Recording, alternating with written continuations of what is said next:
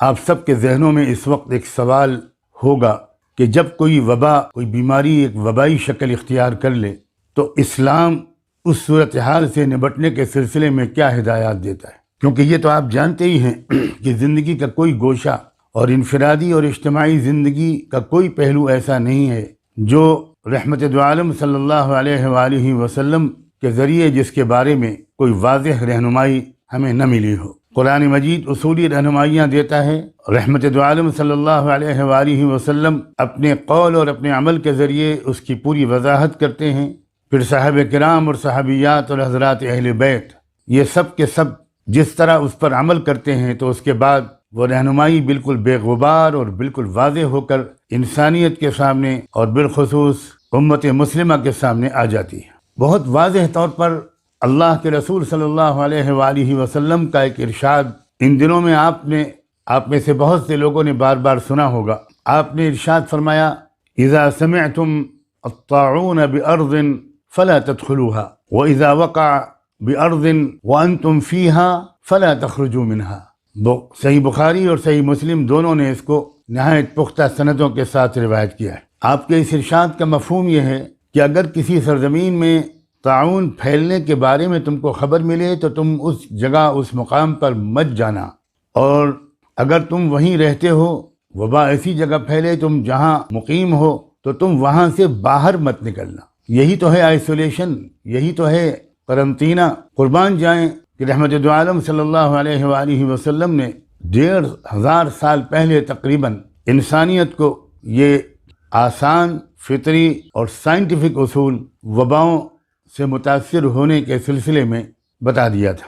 اب آپ ذرا اس کو بھی غور سے سنیے کہ وبائیں پھیلیں صحابہ کرام کے دور میں، اور بعض بہت اجلہ صحابہ کرام ان وباؤں کی زد میں بھی آئے، اور ان کا انتقال اور جو یقیناً شہادت کی موت تھا حدیث کے مطابق، دوسری احادیث کے مطابق، وہ اس وبا کے زیر اثر ہی ہوا، اسی وبا کے نتیجے میں بظاہر اسباب ہوا۔ سیدنا ابو عبیدہ ابن جراح رضی اللہ عنہ، جن کو امین هذه الامہ کا خطاب دیا تھا اللہ کے رسول صلی اللہ علیہ وآلہ وسلم نے، اور تاریخ اسلام میں ان کی بہت عظیم خدمات درج ہیں، ان کا انتقال بھی اسی بیماری میں مبتلا ہو کر، اسی وبائی بیماری میں مبتلا ہو کر ہوا تھا۔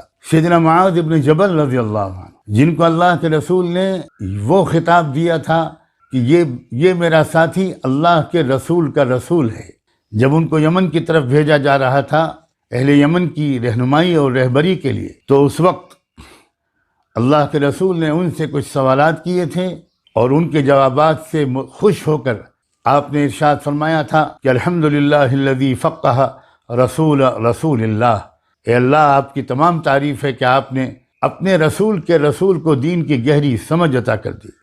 پھر سیدنا معاذ، یہی معاذ ابن جبل جن کا میں نے ابھی تذکرہ کیا، غور سے سنیے، وہ خود اسی طاعون کی بیماری میں مبتلا ہو کر شہید ہوئے۔ ان کے اہلیہ مکرمہ اور ان کے 2 صاحبزادے وہ بھی اسی بیماری میں مبتلا ہو کر شہید ہوئے، اور تاریخ کی کتابیں بتاتی ہیں کہ تقریباً 25,000 افراد اس وبا کا شکار ہوئے تھے اس وقت، جن میں صحابہ کرام بھی تھے اور تابعین بھی تھے۔ کیا مطلب ہوا اس کا؟ اللہ تعالیٰ کا اس دنیا کا یہ نظام ایسا ہوتا ہے کہ جیسے موسم کا اثر ایک نبی اور ولی بھی محسوس کرتا ہے اور ایک عام انسان بھی محسوس کرتا ہے، اسی طرح اس دنیا میں جو وبائی بیماریاں پھیلتی ہیں، جو امراض پھیلتے ہیں، جو ہوائیں چلتی ہیں، ان سے متاثر نیک لوگ بھی ہو سکتے ہیں اور ہم جیسے عام لوگ بھی ہو سکتے ہیں۔ یہ سمجھنا کہ میں تو بہت نیک ہوں، میرے اندر بہت توکل اور یقین ہے، میں تو اعمال کا پابند ہوں، مجھے کوئی بیماری نہیں لگ سکتی، یہ اللہ کے اس نظام کو نہ سمجھنے یا کم سمجھنے کا ایک نتیجہ یا ثبوت ہے، جس نظام کے مطابق اللہ نے اس دنیا کو چلانے کا فیصلہ روز اول سے کیا ہوا ہے۔ اس کے بعد آپ ذرا اور آگے بڑھیے، ان صحابہ کرام کے بعد، یعنی سیدنا ابو عبیدہ کے بعد، اس سیدنا معاذ ابن جبل کے بعد، اس کے بعد ملک شام کی جو قیادت آئی وہ سیدنا عمرو ابن عاص رضی اللہ عنہ کے ہاتھ میں آئی۔ چنانچہ انہوں نے اس وبائی بیماری سے بچنے کے لیے پوری ملت اسلامیہ کو اور اس علاقے کے باشندوں کو خاص طور پر جو ہدایت دی، اسے ذرا غور سے سنیے، میں ایک سے زیادہ مرتبہ اس کو دہراؤں گا۔ انہوں نے ارشاد فرمایا الوباء کالنار وانتم وقودها فتفرقوا وتجبلوا حتى لا تجد ما يشعلها فتنطفئ. میں پھر دہراتا ہوں، الوباء کالنار وانتم وقودها فتفرقوا وتجبلوا حتى لا تجد ما يشعلها فتنطفئ. ان کے اس حکم نامے کا مفہوم یہ ہے کہ دیکھو لوگوں، سمجھو وبائی بیماری آگ کی طرح ہوتی ہے جس کا ایندھن انسان بنتے ہیں، وانتم وقودها، انسان اس کا ایندھن بن جاتے ہیں. اس لیے پہلی بات غور سے سنو، فتفرقوا، الگ الگ ہو جاؤ، فاصلہ رکھو، بہت زیادہ اختلاط مت کرو. اگر ہم آج کی زبان میں کہے تو کہہ سکتے ہیں کہ سوشل ڈسٹینسنگ مینٹین کرو. فرمایا وتجبلوا، یعنی پہاڑوں پر جا کر بس جاؤ. اللہ اکبر، یعنی اپنی گھنی آبادی سے نکل کر باہر دور کہیں پہاڑوں پر جا کر الگ الگ بس جاؤ، وہاں کچھ دن گزارو. جب ایسا کرو گے تو آگ کو ایندھن نہیں ملے گا تو وہ بجھ جائے گی. سبحان اللہ، آگ کو ایندھن نہیں ملے گا تو وہ بجھ جائے گی. یعنی نہ صرف یہ کہ تم اس وبا سے محفوظ رہو گے بلکہ وہ وبا ہی ختم ہو جائے گی. تاریخ اسلامی کے بہت عظیم اور متفق علیہ محدث گزرے ہیں علامہ حافظ ابن حجر عسقلانی.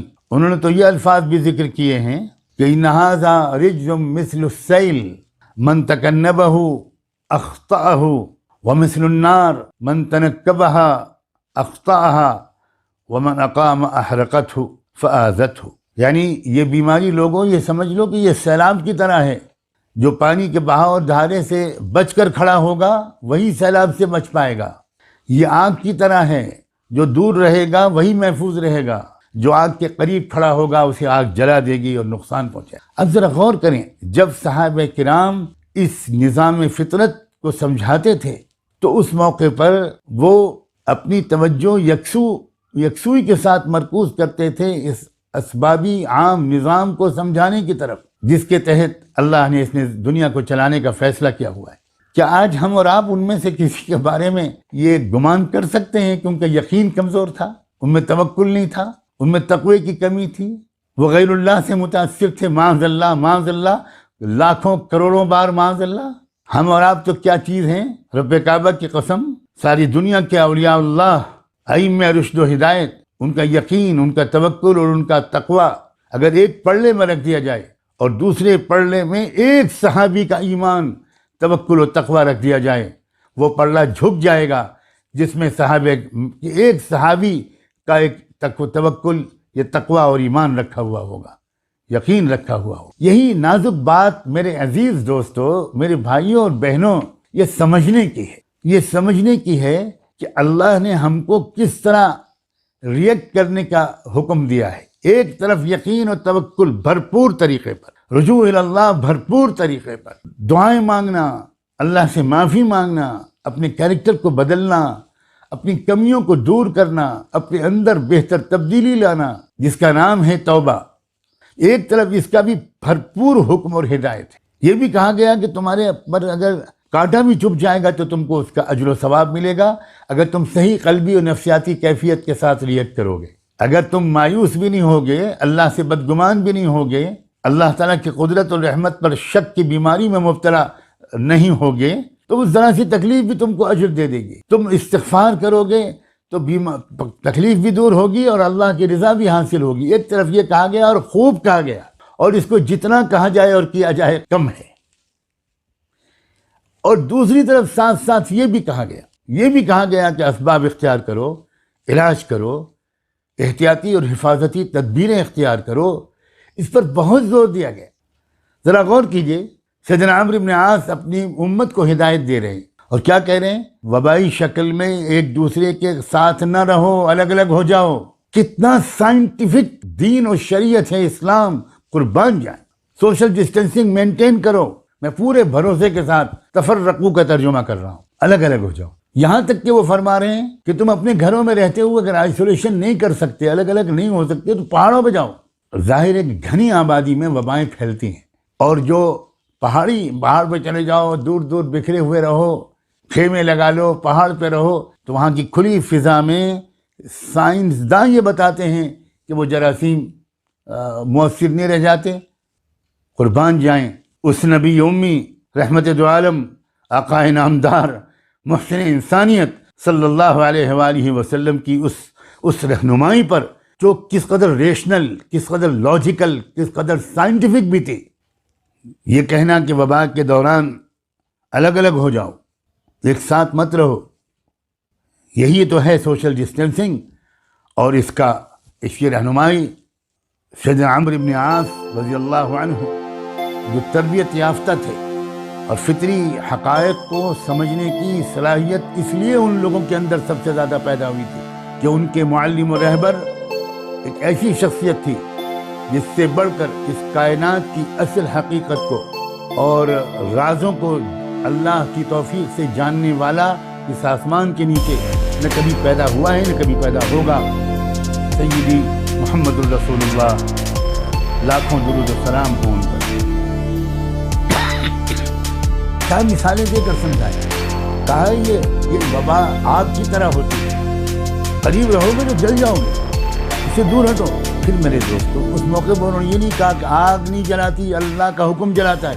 انہوں نے نہیں کہا اس موقع پر کہ چھری نہیں کاٹتی، چھری کاٹتی ہوتی تو اسماعیل کی گردن کٹ جاتی علیہ الصلوۃ والسلام۔